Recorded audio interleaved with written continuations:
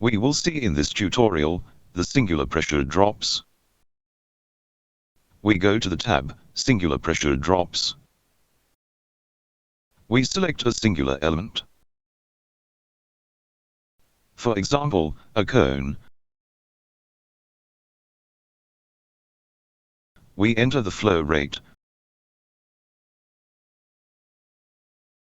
We set the angle of the cone and the major diameter. We are going to make a cone that connects a 110 conduit to a 200 conduit. So a small diameter of 110 millimeters and a large diameter of 200. The flow remains at 50 cubic meters per hour. The fluid velocity in the cone is given for information. And we calculate the head loss in this divergent cone. We see the detailed results sheet, which we can save, print, as a calculation note. The results are visible, and the load loss inventory, updated with a new line describing the divergent cone and its head loss of 191 pascals. We will now cross a bend. We choose a rounded bend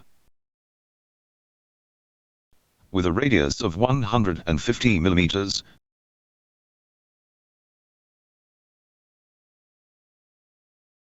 And an angle of 90 degrees. We calculate its pressure drop. The result sheet appears with all the calculation parameters.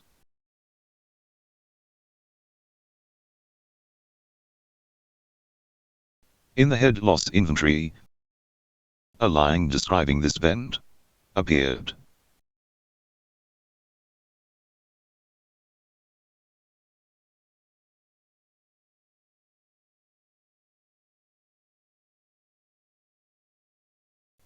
The calculation of singular head loss is therefore simple and fast.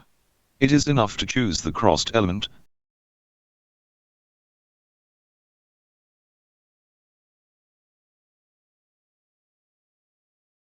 The singular elements are classified in categories: narrowings, widenings, fittings, cone, elbows, valves, and other elements we'll see later. In the narrowings, we have the diaphragm, abrupt narrowings, various reservoir outlets.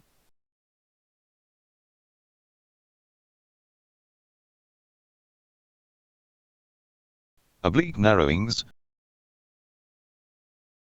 rounded. In the widenings,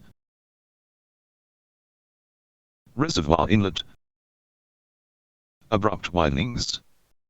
In the fittings we have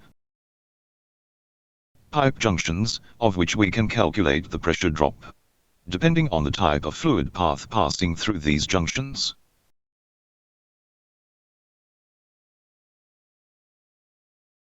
We have the cones, divergent and convergent.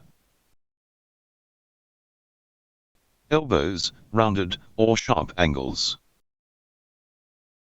Valves, tap, bushel or butterfly. Or even the elements of the element editor, which we explain in another tutorial. This is the end of this tutorial for calculating singular head losses.